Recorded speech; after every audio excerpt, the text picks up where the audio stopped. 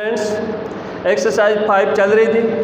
Exercise 5 point की theory और उसके क्वेश्चन का वीडियो डाल चुके हैं। जिसने भी नहीं पढ़ा है वापस एक्सरसाइज 5 पॉइंट की थ्योरी और क्वेश्चंस के वीडियो देख लें। ठीक है, आज हम बात करते हैं एक्सरसाइज 5.2 के क्वेश्चंस की। क्वेश्चंस में फर्स्ट क्वेश्चन है सारणिक का प्रयोग कर त्रिभुज का क्षेत्रफल ज्ञात कीजिए जिसके शीर्ष ये दिए हुए। 4 पार्ट है, एक पार्ट बता देता हूँ, 3 पार्ट खुद करो। Same to same process. यदि सारणिक का प्रयोग कर त्रिभुज का क्षेत्रफल तो ज्ञात करना है और उसके शीर्ष दे दिया तो हमने सूत्र पढ़ा था ना, डेल बराबर क्या होता है, त्रिभुज का क्षेत्रफल डेल बराबर 1/2 x1 y1 1, तो इसको x1 y1 तो ये 2 ये 5 और ये 1। ठीक है, सेकेंड शीर्ष क्या है -2 -3 और 1। थर्ड शीर्ष क्या है 6 0 1। तो त्रिभुज का क्षेत्रफल डेल बराबर 1/2 x1 y1 1 x2 y2 1 x3 y3 1। Del बराबर 1/2। प्रथम पंक्ति के अनुदिश प्रसार करें। प्रथम पंक्ति के अनुदिश प्रसार करते हैं। प्रथम पंक्ति का फर्स्ट एलिमेंट क्या है 2, इसके संगत पंक्ति ये स्तंभ, तो क्या बचा -3 और -0 -3। दूसरा एलिमेंट 5, निशान क्या आएगा माइनस, इसके संगत पंक्ति ये स्तंभ ये -2 और ये -6 -8 ये -8। निशान प्लस थर्ड एलिमेंट 1, इसके संगत पंक्ति ये स्तंभ ये 0 और ये प्लस का 18, तो ये हो गया 18। ठीक है, तो ये डेल बराबर 1/2, ये -6 ये प्लस 40 और ये प्लस 18, ये -6 ये प्लस 18 12 है, 40 + 12 है 52। डेल बराबर 1/2 52, तो डेल बराबर 52/2। डेल बराबर 52/2 कितना हो जाएगा 26 26 वर्ग इकाई। तो आपको पता है त्रिभुज का क्षेत्रफल किस में आता है, वर्ग में। आयतन किस में आता है, क्यूब में। तो आपके पास यदि शीर्ष दिए हुए हो त्रिभुज का क्षेत्रफल पूछे तो कौन सा सूत्र लगाओगे, डेल बराबर 1/2 x1 y1 1 x2 y2 1 x3 y3 1। तो डेल का मान कितना आ गया 26 वर्ग इकाई। 4 पार्ट है, 3 पार्ट खुद करोगे। ठीक है ना। चलो ये question number first complete. Question number second दो, सारणिक का प्रयोग कर इन शीर्ष वाले त्रिभुज का क्षेत्रफल ज्ञात कीजिए। ठीक है, क्या दिए गए बिंदु से रेखा। तो सबसे पहले शीर्षों को नाम दे दो, या सीधा लिख दो, शीर्ष का नाम दे दो A 1 4, सेकेंड शीर्ष को B 2 3 तथा थर्ड शीर्ष को C -5 और 3। कोई प्रॉब्लम नहीं। प्रत्येक शीर्ष को नाम दे दिया 1 4 2 3 -5 और 3 वाले त्रिभुज का क्षेत्रफल पूछा, इनको नाम दे दिया। तो इन नाम से त्रिभुज कौन सा बना, त्रिभुज A B C का क्षेत्रफल। त्रिभुज ABC का क्षेत्रफल किसे प्रदर्शित करते हैं, डेल। डेल बराबर 1/2, मान लिखो 1 4 1, सेकेंड 2 3 1, थर्ड -5 3 1। ठीक है, तो डेल बराबर ये 1/2। प्रथम पंक्ति के अनुदिश सारणी का मान निकाल लेते हैं। प्रथम एलिमेंट क्या है 1, इसके संगत पंक्ति स्तंभ ये 3 -3 0 -4, इसके संगत पंक्ति स्तंभ ये 2 + 5 7 ये +1, इसके संगत पंक्ति स्तंभ ये 6, ये तो कितना हो गया 6 और ये प्लस का 15 कितना हो जाएगा 21। ठीक है, तो ये देखो डेल बराबर 1/2, ये 0 ये -28 प्लस ये 21 ये आएगा ना। ये शीर्ष -5 और -3 है, इसमें थोड़ा सा मिस्टेक हो गया, ये -3 है तो ये -3, तो इसके संगत मान लिया 1/2 ये 1 ये -3 और ये -3 कितना हो जाएगा -6 है, 0 नहीं -6। इसके संगत पंक्ति स्तंभ ये 2 + 5 7, इसके संगत पंक्ति ये 6 ये कितना हो जाएगा 6 + 15 21, तो ये कितना हो गया -6 ये -6।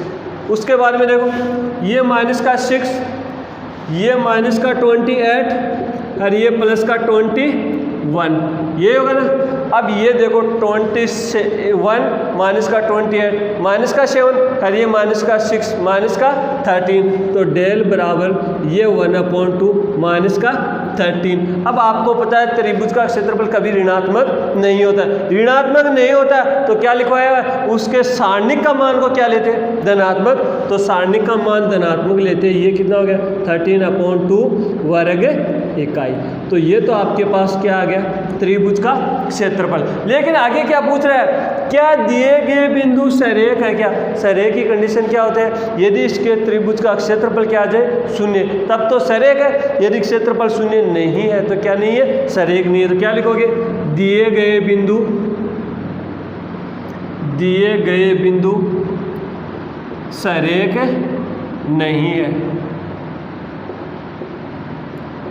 क्योंकि डेल नॉट इक्वल 0। त्रिभुज का क्षेत्रफल क्या नहीं है, 0 नहीं है। समझ में आ गया ना। 3 शीर्ष दिए हुए थे, त्रिभुज का क्षेत्रफल निकालिए 13.2 वर्ग इकाई, लेकिन नॉट इक्वल 0 तो तीनों बिंदु क्या नहीं है, सरेख नहीं है। ठीक है। क्वेश्चन नंबर 3 देखो, के का मान ज्ञात कीजिए यदि त्रिभुज का क्षेत्रफल क्या दिया हुआ है 35 वर्ग इकाई। आप देखो यदि आपको क्षेत्रफल दिया हुआ है तो क्षेत्रफल के आगे प्लस माइनस का निशान लगा दें। क्यों, क्योंकि आपके पास क्षेत्रफल निकालते हो जैसे तो उसमें प्लस आया तो भी प्लस लेते, और माइनस आया तब भी क्या लेते, प्लस। इसका मतलब क्षेत्रफल हमेशा पॉजिटिव होता है, लेकिन प्लस भी आ सकता है और माइनस भी आ सकता है। तो डेल बराबर क्या लिखोगे, प्लस माइनस 35। शीर्ष दिए हुए तो शीर्ष कौन कौन से दिए हुए, K4, इसको ए नाम दे दो, इसको बी नाम दे दो 2 - 6 और इसको सी नाम दे दो 5 4। ठीक है। तो त्रिभुज ABC का क्षेत्रफल, त्रिभुज ABC का क्षेत्रफल, त्रिभुज ABC का क्षेत्रफल क्या होता है, डेल बराबर, डेल का मान क्या दिया, प्लस माइनस 35 इक्वल 1/2, ये 1/2। डिटर्मिनेंट लिखो, पहला चीज क्या, K4 1, सेकेंड चीज क्या है 2 - 6 1 5 4 और 1। ठीक है। तो अब इस 2 का इधर मल्टीप्लाई कर दो, प्लस माइनस 17। ठीक है। अब देखो सारणी का प्रथम पंक्ति के अनुदिश प्रसार करें तो ये तो K, इसके संगत पंक्ति ये स्तंभ, ये -6, ये माइनस का 4 माइनस का 10।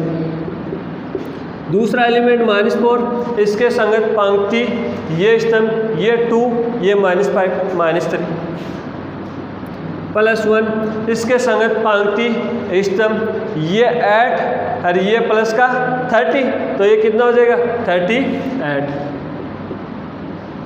तो ये देखो प्लस माइनस 17 इक्वल ये माइनस का 10 के, ये प्लस का 12 है, ये प्लस का 38। ठीक है। तो ये प्लस माइनस 17 इक्वल ये माइनस का 10 के, ये 38 प्लस का 20 कितना हो गया 50, ये 50। अब देखो एक बार प्लस चिन्ह काम में लेते हैं, एक बार माइनस चिन्ह। तो यहाँ पे सबसे पहले प्लस चिन्ह प्रयोग में लेने, क्योंकि दोनों लगा हुआ है, प्रयोग में लेने पर प्लस भी लगा हुआ और माइनस भी। तो प्लस लगो तो इधर तो क्या हो जाएगा 70 इक्वल माइनस का 10 के प्लस 50। अब इस 50 को दे ले हो तो कितना हो जाएगा माइनस का 10 के इक्वल 70 माइनस का 50 कितना हो गया 20। माइनस का 10 के इक्वल 20, तो के बराबर 20/-10 कितना हो जाएगा माइनस का 2। तो एक प्लस चिन्ह लेने पर के का मान क्या है -2। अब कौन सा चिन्ह माइनस चिन्ह, माइनस चिन्ह प्रयोग में लेने पर, माइनस चिन्ह प्रयोग में ले रहे हो तो ये तो -70 इक्वल माइनस का 10 के प्लस 50। अब इस 50 को दे लेगा माइनस का 10 के इक्वल -70 माइनस 50 कितना हो गया 1 - 120। तो ये के बराबर -120/-10 माइनस से माइनस कैंसिल, ये 10 से ये बिंदु से बिंदु कैंसिल, के का मान कितना आ गया 12 है। यदि हमने प्लस चिन्ह लिया तो के का मान -2, यदि माइनस चिन्ह काम मिले तो के का मान 12 है। तो के किस मान के लिए, के 2 मान है -2 और के 12 मान के लिए इस सारणिक इस शीर्षों वाले त्रिभुज का क्षेत्रफल कितना आएगा 35 वर्ग इकाई। कोई प्रॉब्लम नहीं है ना। क्वेश्चन नंबर 4 देखो, सारणिक का प्रयोग कर अचर राशि के का मान पूछ रहे, ज्ञात कीजिए। यदि बिंदु ये क्या है सरेख है, सारणिक का प्रयोग कर ये बिंदु क्या है सरेख है, ठीक है ना। अब सरेख यदि 3 बिंदुओं के शीर्ष दिए हुए हो, हर सरेख की कंडीशन क्या होती है, इन तीनों बिंदुओं के कोऑर्डिनेट से बनी सारणिक का मान क्या दिखाओगे 0। तो इनसे पहला कोऑर्डिनेट क्या देगा के 2 - 2 के और ये 1, ठीक है। सेकेंड बिंदु के कोऑर्डिनेट क्या है -k +1 2 के और ये 1। थर्ड के कोऑर्डिनेट क्या है -4 -k 6 - 2 के और ये 1 इक्वल 0। यही तो होता है सरेख के साथ तीनों पॉइंट के जो कोऑर्डिनेट है इनकी सारणिक का मान क्या होता है 0। अब हम इसका मान निकालें। अब इसका मान चाहे प्रथम पंक्ति के अनुदिश प्रसार कर दो, या आपने फोर्थ प्रश्नावली में क्या पढ़ा था कि कोई भी 3 1 1 दिखाई दे, 2 को शून्य करके, जो भी इजी तरीका लगे वो निकाल दो। तो इसमें देखो, इसमें कॉलम में 3 1 1 है तो लगा सकते हैं क्या R2 की जगह R2 - R1, R3 की जगह R3 - R1। कोई प्रॉब्लम नहीं है क्योंकि आप पढ़ के आए हो और ये इजी रहेगा। तो ये R1 नो चेंज, R1 क्या है के 2 - 2 के और ये 1, ठीक है। R2 - R1 इसमें से ये घटाओगे तो ये क्या हो जाएगा -2k +1, इसमें से ये घटाओगे तो ये 4k -2 और ये 0। R3 - R1 इसमें से ये घटाओगे तो ये -2k -4, इसमें से ये घटाओगे ये -2k, ये क्या हो जाएगा +2k कैंसिल, ये 6 - 2 कितना हो जाएगा 4 और ये 0, ठीक है। अब कौन से पंक्ति या कौन से स्तंभ में ज़्यादा सुने, थर्ड स्तंभ में, तो क्या लिखो तीसरे स्तंभ के अनुदिश प्रसार करने पर, तीसरे स्तंभ के अनुदिश प्रसार करने पर लिख लोगे ना।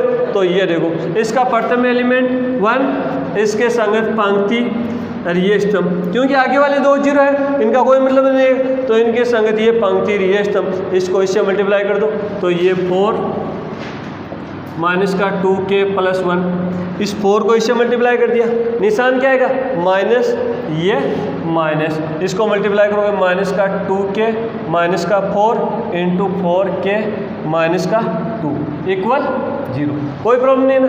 अब देखो इसको अंदर मल्टीप्लाई करो, ये -8k ये +4, ये देखो मैं यदि इनमें से माइनस कॉमन ले लूँ, दोनों में से माइनस माइनस क्या हो जाएगा प्लस, तो ये तो हो गया प्लस, ये 2k +4 × 4k -2 इक्वल 0। कोई प्रॉब्लम नहीं।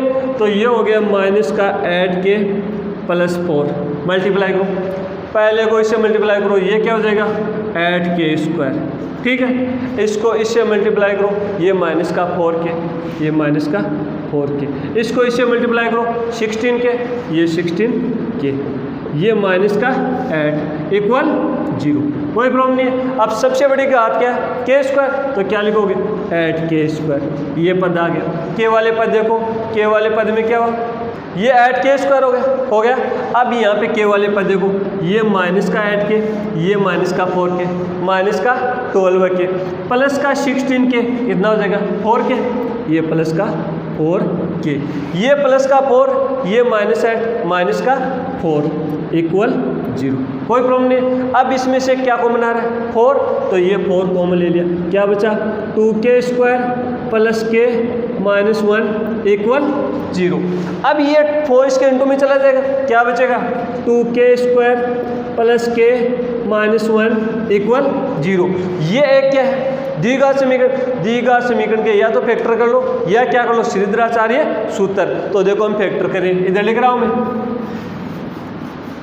तो देखो 2k² +k -1 इक्वल 0। तो इसके फैक्टर करें, क्या हो जाएगा 2k² +2k -k -1 इक्वल 0। इन दोनों में से क्या कॉमन आ रहा है 2k, ये 2k, क्या बचा k प्लस 1, इन दोनों में से क्या कॉमन आ रहा है माइनस, क्या बचा k प्लस 1 इक्वल 0। अब दोनों में से देखो k प्लस 1 कॉमन आ गया, तो k प्लस 1 तो यहाँ पे क्या बचा 2k, ये 2k, यहाँ पे -1 इक्वल 0। तो फैक्टर बराबर 0, या तो ये 0 या ये 0, तो k प्लस 1 इक्वल 0 किया तो k का मान क्या है -1। यदि 2k माइनस 1 इक्वल क्या किया 0, तो k का मान क्या है 1/2। तो एक तो k का मान आ गया -1, एक k का मान क्या आ गया 1/2। कोई प्रॉब्लम नहीं है, ठीक है। चलो क्वेश्चन नंबर 5 देखो, यदि बिंदु जिसके कोऑर्डिनेट दिए हुए 3 - 2, दूसरा बिंदु जिसके कोऑर्डिनेट x2 तथा तीसरा बिंदु क्या है 8, तीनों बिंदु सरेख है तो सारणिक का प्रयोग कर x का मान ज्ञात कीजिए। आपको पता है 3 बिंदु जिसके कोऑर्डिनेट दिए हुए तो सरेख की शर्त क्या होती है, तीनों बिंदुओं के कोऑर्डिनेट से बने सारणिक का मान क्या होता है 0। तो आप इसको नाम दे दो a, माना a जिसके कोऑर्डिनेट 3 और -2, सेकंड पॉइंट है b जिसके कोऑर्डिनेट x और 2, तीसरे को नाम दे दिया c 8 और 8। तो क्या लिखो, तीनों बिंदु सरेख है, तीनों बिंदु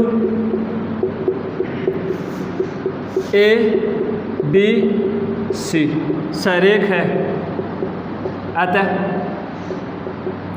क्या होता है इनसे बने सारणी का मान 0। तो पहले का कोऑर्डिनेट क्या है 3 - 2 और ये 1, सेकंड पॉइंट के कोऑर्डिनेट क्या है x 2 और ये 1, थर्ड पॉइंट के कोऑर्डिनेट 8 1 इक्वल 0, ठीक है।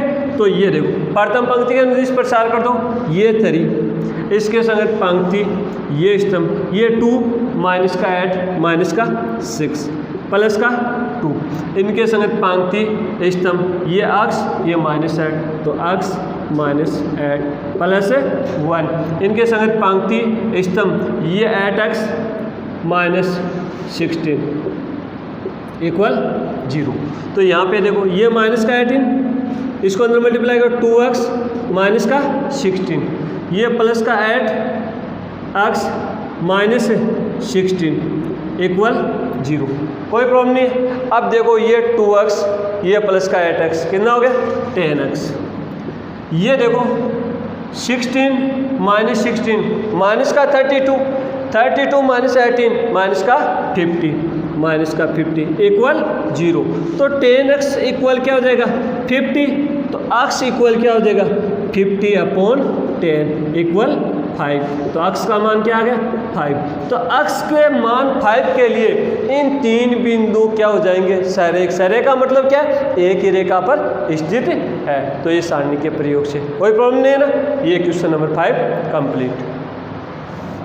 नंबर देखो, सारणिक प्रयोग से, सारणी का प्रयोग करना, दो बिंदु दे रखे हैं जिसके कोऑर्डिनेट 3 और 1 9 और 3 से गुजरने वाली रेखा का समीकरण। तो इन दो बिंदु के कोऑर्डिनेट दिए हुए, इसको हम नाम दे देते, माना ए बिंदु जिसका कोऑर्डिनेट क्या है 3 1 तथा बी जिसका कोऑर्डिनेट क्या है 9 और 3। ठीक है, ये बिंदु ए, ये बिंदु ए, ये बिंदु बी, ये बिंदु ए और बी। ए व बी को मिलाने वाली रेखा, इन दोनों को मिलाएंगे तो एक रेखा बनेगी ना। बन गई, कौन सी रेखा बनी ए बी। तो बी माना ए तथा बी बिंदु को मिलाने वाली रेखा, मिलाने वाली रेखा कौन सी रेखा बनी ए बी। अब किसी भी दो बिंदु से मिलाने वाली रेखा का समीकरण ज्ञात करना है तो इस पर एक स्विच्छ बिंदु क्या ले लेते सी, जिसका कोऑर्डिनेट x, y ये मान लेते। तो मिलाने वाली रेखा पर एक स्विच्छ बिंदु सी जिसके कोऑर्डिनेट x और y, तीनों बिंदु ए बी, ए सी व बी एक ही रेखा पर स्थित है। इसका मतलब क्या हो गया सरेख। तो अतः तीनों बिंदु सरेख है, अतः सरेख की शर्त से तीन बिंदु दे रखे हैं जिसके कोऑर्डिनेट दिए हुए, तो सरेख की शर्त क्या है, तीनों बिंदुओं के कोऑर्डिनेट की सारणी का मान क्या होता है 0। तो x y1, सेकेंड बिंदु 3 1 1 9 3 1 इक्वल 0। तीन बिंदुओं के कोऑर्डिनेट की एक सारणी बनाते हैं, इसका मान क्या हो जाएगा 0, क्योंकि तीनों बिंदु एक ही रेखा पर हो या सरे को एक ही बात होती है। तो अब मान निकालो, प्रथम पंक्ति के अनुदिश y अक्ष, इसके संगत पंक्ति स्तंभ ये 1 ये -3 माइनस का 2 माइनस y, इसके संगत पंक्ति स्तंभ ये पंक्ति ये स्तंभ ये 3 ये माइनस का 9 माइनस का 6 +1, इसके संगत पंक्ति स्तंभ ये 9 ये -9 0 इक्वल 0। तो क्या बचा माइनस का 2x + 6y इक्वल 0। या तो यहाँ तक छोड़ दो, या क्या कॉमन आ रहा है माइनस का 2 कॉमन लेते हैं, x -3y इक्वल 0। तो क्या बचेगा x -3y इक्वल 0। ये तो दो बिंदुओं से जाने वाली क्या होगी रेखा का समीकरण। आगे देखो इसमें एक और पूछ रहा है, त्रिभुज का क्षेत्रफल ज्ञात कीजिए यदि तीसरा बिंदु क्या दे रखा है माइनस का 2 और माइनस का 4। तो आप तीसरा बिंदु माना P, जिसके कोऑर्डिनेट क्या है माइनस का 2 और माइनस का 4। तीसरे बिंदु को हमने एक नाम दे दिया P। अब पहले पॉइंट कौन सा था A, दूसरा पॉइंट B और तीसरा पॉइंट P। तो इनसे एक त्रिभुज बना, तो त्रिभुज कौन सा बना ABP का क्षेत्रफल, ABP का क्षेत्रफल ये हो जाएगा डेल बराबर ये 1/2। A का कोऑर्डिनेट बताओ क्या हो जाएगा 3 1 1, B का कोऑर्डिनेट बताओ 9 3 1, P का कोऑर्डिनेट बताओ -2 -4 और 1। तो इस सारणी का मान निकालो, ये 1/2 प्रथम पंक्ति के अनुदिश प्रसार करें, ये 3 इसके संगत पंक्ति ये स्तंभ ये 3 ये प्लस का 4 7 -1, इसके संगत पंक्ति ये स्तंभ ये 9 ये प्लस का 2 11 +1, इसके संगत पंक्ति ये स्तंभ ये माइनस का 28 और ये प्लस का 6 कितना हो जाएगा ये माइनस का 28 ये प्लस का 6 माइनस का 22 ये माइनस का 22। तो डेल इक्वल ये 1/2 ये 21 ये -1 और ये माइनस का 22। ये देखो प्लस का 21 ये माइनस का 22 माइनस का 1 और माइनस का 11 माइनस का 12 है। तो डेल बराबर 1/2 माइनस का 12 है। आपको पता है त्रिभुज का क्षेत्रफल क्या नहीं होता है ऋणात्मक नहीं होता है, तो इसकी सारणी का मान क्या ले लो धनात्मक। तो डेल बराबर 12/2। एक मिनट, इसमें देखो ये माइनस का 36 और ये प्लस का 6 कितना हो जाएगा माइनस का 30, ये माइनस का 30 और ये माइनस का 30। तो ये तो कितना हो गया माइनस का 9 और ये माइनस का 11 कितना हो गया माइनस का 20। तो ये कितना हो जाएगा माइनस का 20 आ रहा है, क्षेत्रफल हमेशा धनात्मक, तो ये 20/2 10 वर्ग इकाई। यहाँ पे थोड़ी सी कैलकुलेशन में गलती कर दी थी, ठीक है कोई प्रॉब्लम नहीं है। अरे 3 बिंदु दे दिए, ये A ये B और ये P, तो ABP का क्षेत्रफल डेल बराबर ये 1/2 इनकी सारणी और ये इसका मान निकालिए माइनस का 20/2 10 वर्ग इकाई। ठीक है, ये question number 6 complete. Question number 7 देखो, क्रेमर नियम से निम्नलिखित समीकरण निकाय का हल ज्ञात कीजिए। 2 चर 2 इक्वेशन, कौन सा रूल लगाना है क्रेमर नियम में क्या बताया डेल निकालो डेल 1 निकालो, 2 समीकरण है तो डेल 2, 3 समीकरण है तो डेल 3। सबसे पहले निकालते हैं डेल कैसे निकालते हैं x और y के गुणांकों की सारणी। x का गुणांक 2 ये 3 और ये -2। ठीक है, अब निकालते हैं डेल 1 में डेल में प्रथम स्तंभ की जगह आगे वाले 9 और 7 रखो, ये 9 ये 7 ये 3 ये -2। अब निकालो डेल 2 में डेल की जगह द्वितीय स्तंभ में क्या रख दो 9 7 ये 9 ये 7 ये 2 ये 3। ये हमने डेल निकाल लिया, डेल 1 निकाल लिया, डेल 2 निकालिए। डेल का मान निकालो, ये माइनस का 4 ये माइनस का 9 -30। ठीक है, ये देखो माइनस का 18 और ये माइनस का 21 कितना हो जाएगा, ये माइनस का 18 ये माइनस का 21 माइनस का 39। इसमें आओ, ये 2 × 7 14 माइनस ये 27, ये माइनस का 30। क्रेमर रूल में डेल का मान निकाल लिया, डेल 1 का मान निकाल लिया, डेल 2 का मान निकाल लिया। अब डेल का मान चेक करते हैं। डेल का मान क्या है? Not equal 0। Del not equal 0 आता है। 3 कंडीशन बताई हुई है क्रेमर रूल में। डेल का मान नॉट इक्वल 0 फर्स्ट कंडीशन, निकाय संगत है तथा हल अद्वितीय। अतः निकाय संगत है तथा हल अद्वितीय। हल क्या हो जाएंगे? अद्वितीय। तो अक्स का मान कैसे निकालेंगे? अक्स बराबर डेल 1 अपॉन डेल। डेल 1 का मान देखो माइनस का 39, डेल का मान माइनस का 13, माइनस का 39 अपॉन माइनस का 13, ये कैंसिल, ये 3। वाई का मान डेल 2 अपॉन डेल, वाई बराबर डेल 2 अपॉन डेल। तो डेल 2 का मान कितना है? -13, डेल का मान भी कितना है? -13, ये -13, ये -13, ये कैंसिल, कितना आ गया? 1। अक्स का मान 3 और वाई का मान 1। तो आपको इसमें 2 पार्ट दिए हुए, कौन से नियम से? क्रेमर नियम से। फर्स्ट पार्ट मैंने करवा दिया, सेकंड पार्ट खुद करोगे same to same. Cramer rule में डेल निकालोगे अक्स और वाई के गुणांकों से। डेल 1 प्रथम स्तंभ की जगह आगे वाले मान 9 7, डेल 2 डेल में द्वितीय स्तंभ में 9 7, प्रत्येक का मान निकालिए। सबसे पहले चेक करोगे डेल का मान इक्वल 0 है, नॉट इक्वल 0। नॉट इक्वल 0 तो फर्स्ट कंडीशन निकाय संगत है, हल अद्वितीय। डेल का मान 0 तो उसमें चेक करोगे डेल 1 और डेल 2 दोनों का मान अशून्य या एक का मान भी अशून्य, तब सेकंड कंडीशन हल क्या हो जाएंगे? असंगत तरह कोई हल नहीं है, तीनों 0 तरह अनंत है। ठीक है, तो इसमें डेल नॉट इक्वल 0 था, द्वितीय अक्स का मान 3 और वाई का मान 1। कर लोगे ना? सेकंड पार्ट खुद करोगे। ठीक है, क्वेश्चन नंबर 8 सिद्ध कीजिए कि निम्नलिखित समीकरण निकाय असंगत है। संगत और असंगत की बात कौन से सिद्धांत में करते हैं? क्रेमर रूल में। क्रेमर रूल में या तो संगत होता है या असंगत होता है। तो क्रेमर रूल लगा के संगत और असंगत की बात करते हैं। तो क्रेमर रूल में क्या निकालते हैं? डेल, डेल का मान एक्स वाई जेड के गुणांकों से, तो निकालो।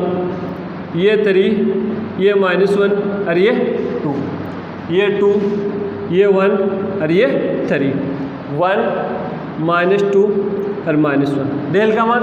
उसके बाद में डेल 1, डेल 1 में क्या करते हैं? डेल में प्रथम स्तंभ की जगह आगे वाले मान 3 5 और 1, तो ये 3 5 और 1, C2 और C3 नो चेंज, ये -1 1 -2, ये 2 3 -1। डेल का मान डेल 1 का मान निकालें। अब किसका मान निकालेंगे? डेल 2। डेल 2 में क्या करेंगे? डेल में द्वितीय स्तंभ की जगह आगे वाले मान, तो प्रथम स्तंभ तो क्या है? 3 2 1, द्वितीय स्तंभ में क्या लिखोगे? 3 5 1, तृतीय स्तंभ 2 3 -1। डेल निकालिए, डेल 1 निकालिए, डेल 2। यदि 3 अचर 3 समीकरण है तो क्या निकालोगे? डेल 3। तो ये हम निकाल रहे हैं डेल 3। डेल 3 में क्या करते हैं? डेल में तृतीय स्तंभ की जगह आगे वाले मान, तो प्रथम स्तंभ क्या है? 3 2 1, ये 3 ये 2 और ये 1। द्वितीय स्तंभ क्या है? -1 1 -2, -1 ये 1 और ये -2।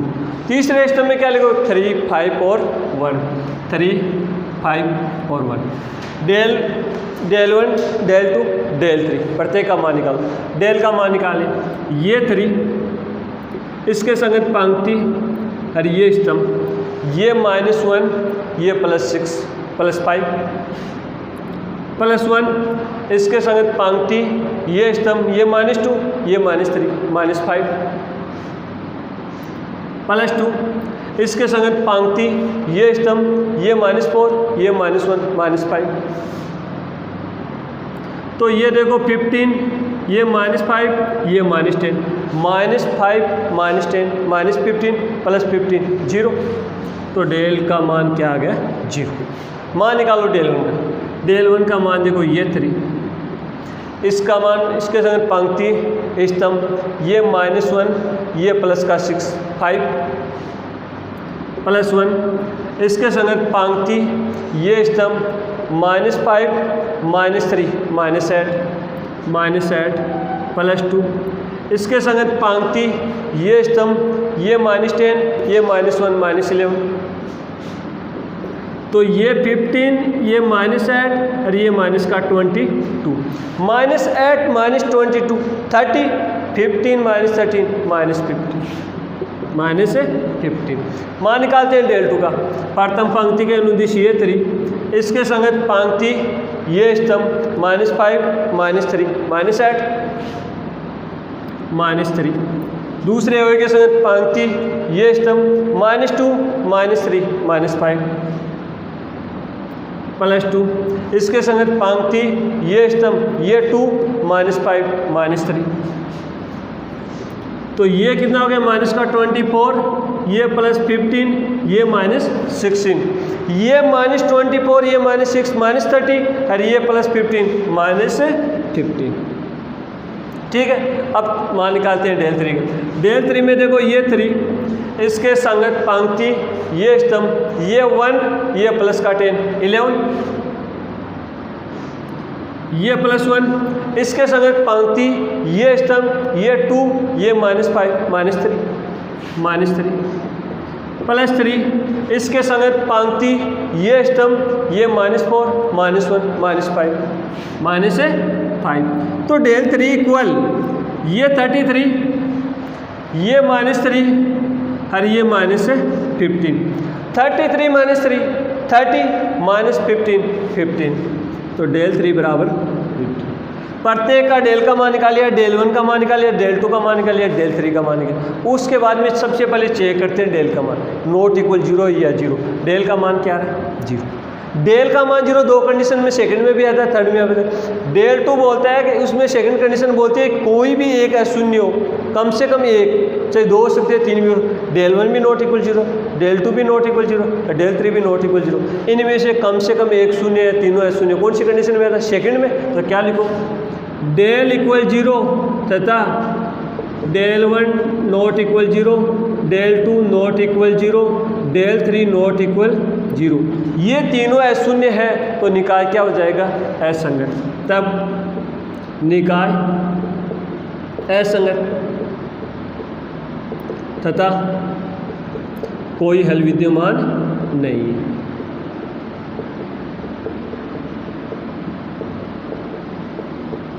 कोई प्रॉब्लम नहीं। समीकरण निकाय में संगत और असंगत की बात आ जाए तो कौन से रूल चेक करना है, क्रेमर रूल में। क्रेमर रूल में डेल 1 डेल 2 डेल 3 निकालोगे।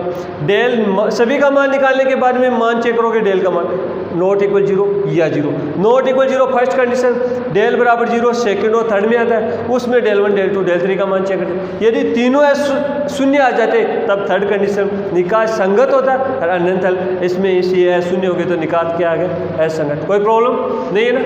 चलो ये क्वेश्चन कंप्लीट। सेकंड पार्ट खुद करोगे।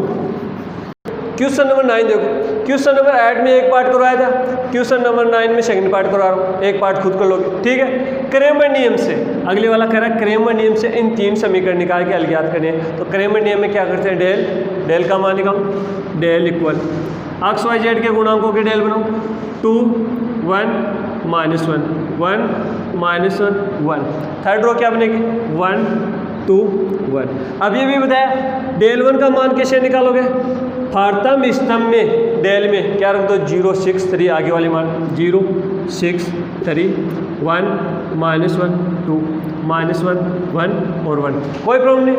डेल 2 डेल में सेकंड कॉलम में आगे वाले मान लिख दो, तो प्रथम स्तंभ तो चेंज नो चेंज 1 2 1 1। सेकंड में क्या लिखोगे 0 6 3 और ये -1 1 और 1। 3 समीकरण निकाय है तो डेल 3 भी निकालना पड़ेगा, तो यहाँ पे लिखो डेल 3। डेल 3 में क्या करते हैं, डेल में तृतीय स्तंभ की जगह आगे वाले मान, फर्स्ट क्या है 2 1 1 2 1 1। सेकेंड कॉलम क्या है 1 -1 2 1 -1 और 2। थर्ड कॉलम में आगे वाले मान 0 6 व 3 0 6 3। अब प्रत्येक का मान निकालो। इसमें देखो ये 2 प्रथम पंक्ति के अनुदिश निकाले, ये पंक्ति ये स्तंभ -1 -2 -3, ये -3 -1। इसके संगत पंक्ति ये स्तंभ 1 -1 0 -1। इसके संगत पंक्ति स्तंभ ये 2 ये +1 3।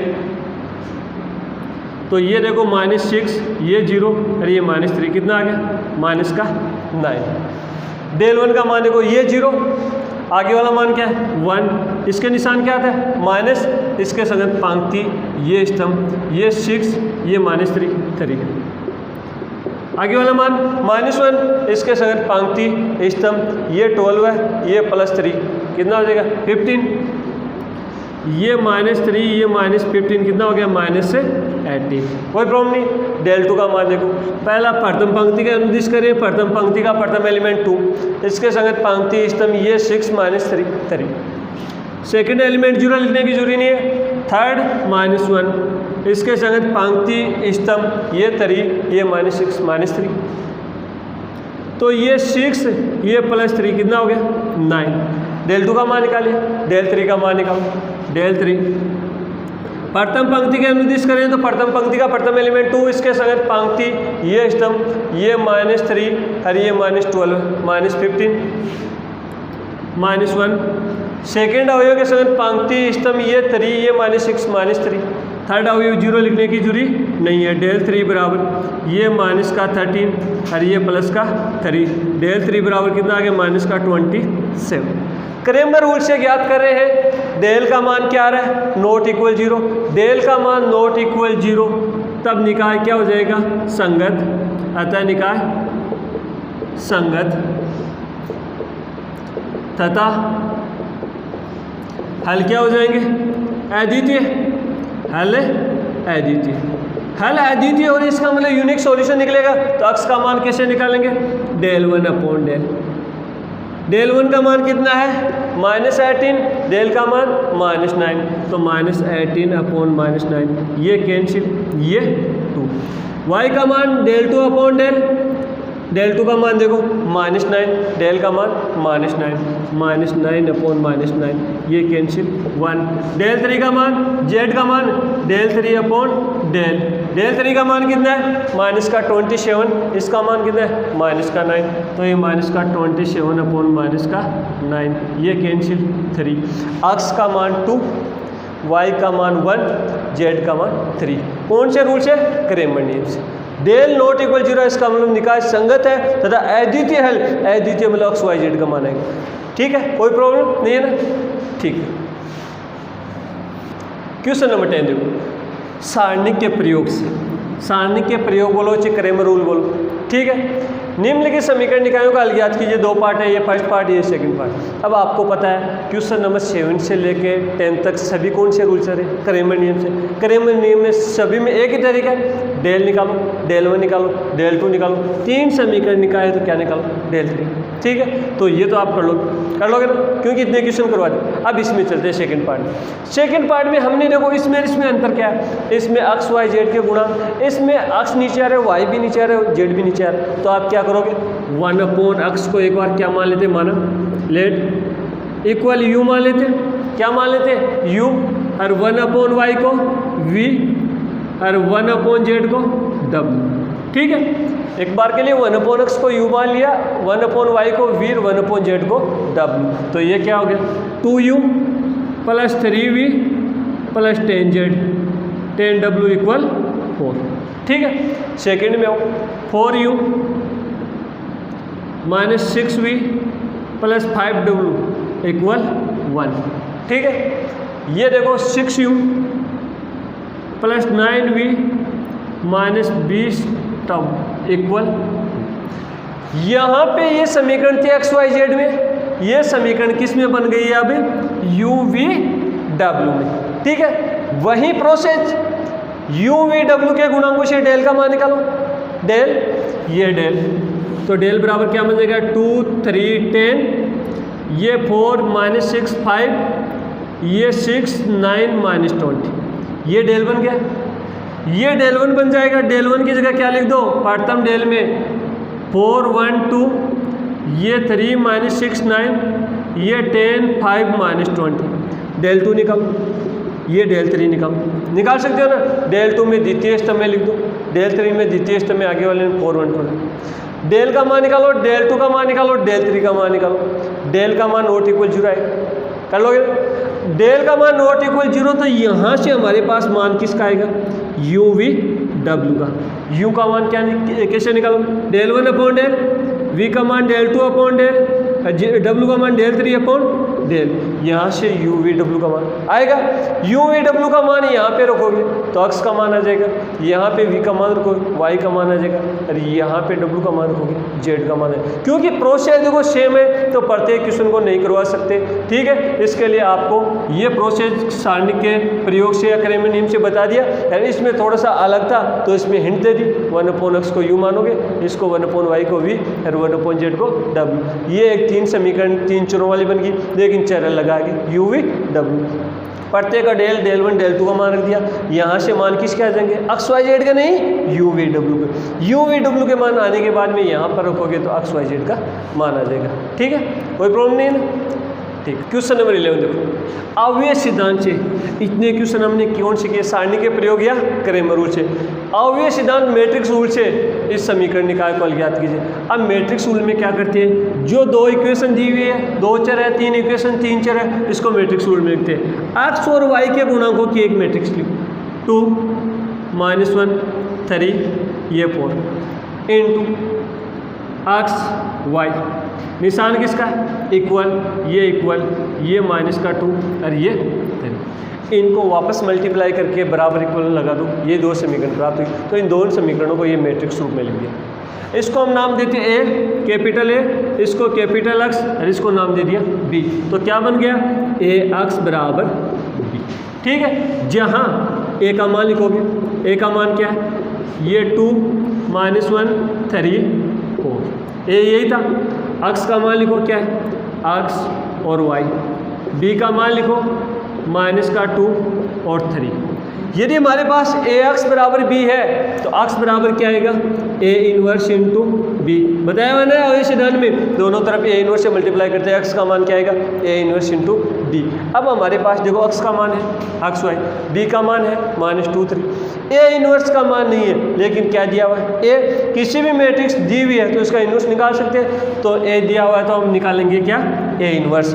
किसी भी मैट्रिक्स का इनवर्स निकालने के लिए उसके डिटरमिनेंट का मान निकालते हैं सबसे पहले, क्यों, क्योंकि यदि 0 है तब तो अस्तित्व नहीं है, नॉट इक्वल 0 तब ए इनवर्स का अस्तित्व है। तो ए इनवर्स निकालो, डिटरमिनेंट है कितना हो जाएगा, 2 -1 3 और 4, ठीक है।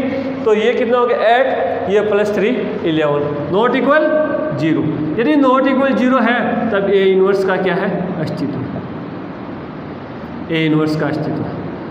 ए इनवर्स का अस्तित्व है तो ए इनवर्स का अस्तित्व कैसे निकालते हैं, adjoint A upon determinant A, determinant A तो निकाल लिया, एडजॉइंट ऑफ ए निकाल, एडजॉइंट ऑफ ए। अब 2x2 क्रम की मैट्रिक्स का एडजॉइंट ऑफ ए डिटरमिनेंट सीधा निकालना बताया था, इनको इंटरचेंज 4 और 4 2, इनका साइन चेंज, ये -3 ये 1, ये -3 ये 1, एडजॉइंट ए आ गया, डिटरमिनेंट ए आ गया। ए इनवर्स का सूत्र क्या होता है, adjoint of A upon determinant A. तो ए इनवर्स बराबर एडजॉइंट ए का मान क्या आएगा, ये 4 ये 1 -3 और 2, डिटरमिनेंट का मान ये 11। ये हमारे पास ए इनवर्स आ गया। अब हमारे पास एक्स का मान भी है, ए इनवर्स का मान भी है और बी का मान भी है, ठीक है। मैं इधर लिख रहा हूँ, देखो तो मान देखो एक्स और वाई बराबर ए इनवर्स का मान क्या है, 1/11, ये 4 ये 1 -3 इंटू 2 इंटू ये एक्स बराबर ए इनवर्स इंटू बी -2 और 3, ठीक है, कोई प्रॉब्लम नहीं ना। अब देखो ये एक्स और ये वाई, ये तो 1/11, ये क्या है, 2 मैट्रिक्स का गुणा है, था 2 मैट्रिक्स का गुणा करेंगे प्रथम पंक्ति को प्रथम कॉलम से, ये -8 और ये +3 -5, सेकेंड रो को कॉलम से ये +6, ये +6 और ये +6 12 है, ये 12। अब 11 का प्रत्येक में क्या लग जाएगा, डिवाइड भाग एक्स और वाई, कितना हो गया -5/11 12/11। 2 मैट्रिक्स इक्वल है कब होते हैं, ऑर्डर समान है, 2/1 2/1। इक्वल का निशान संगत अवयव क्या हो जाएंगे, बराबर। एक्स का मान कितना हो गया -5/11, वाई का मान 12/11। ये अवयव सिद्धांत से एक्स और वाई का मान आ गया। अब इसमें 4 पार्ट है, सेम टू सेम प्रोसेस है, आगे वाले तीनों पार्ट खुद करो। ठीक है। लेकिन सेकंड पार्ट में एक ध्यान रखना, इसमें अक्स y गुणांक इधर रहते हैं, इधर वाले साइड। इसमें यदि आगे वाले अचराशि इधर दिए हो तो इसको इधर लेके आओगे। जैसे 2x + 5y + 9 = 0 है, 3x + 2y - 6 = 0। तो अवयव सिद्धांत से इसको सोल्व करवा रहा है तो इन दोनों चरों को इधर लेके आओगे, अचराशि को। तो 2x + 5y = -9, 3x + 2y = 6। अब हम अवयव सिद्धांत इसमें लगा सकते हो। तो इसके आगे वाले तीनों पार्ट खुद करोगे ना, ठीक है। Okay bye.